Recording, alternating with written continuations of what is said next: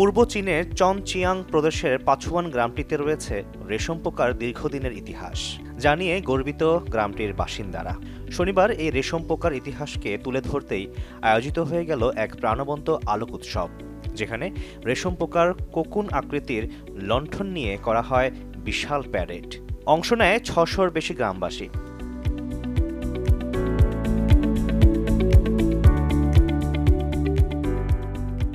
লণ্ঠনগুলো একত্রিত হলে একটি ১২০০ মিটার লম্বা ড্রাগন আকৃতি তৈরি হয়। রাতের ঝলমলে আলোতে ড্রাগনটি বেশ চমৎকার রূপ ধারণ করে, যা উপভোগ করেন স্থানীয় বাসিন্দারা। মেতে ওঠেন আনন্দে।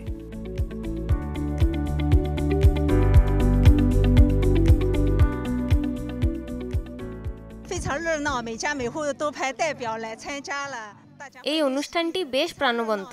সবাই পরিবারের সদস্যদের নিয়ে উপভোগ করছে, আনন্দ উৎসবে মেতে উঠেছে। 每家每户都派代表来参加了，大家欢天喜地的。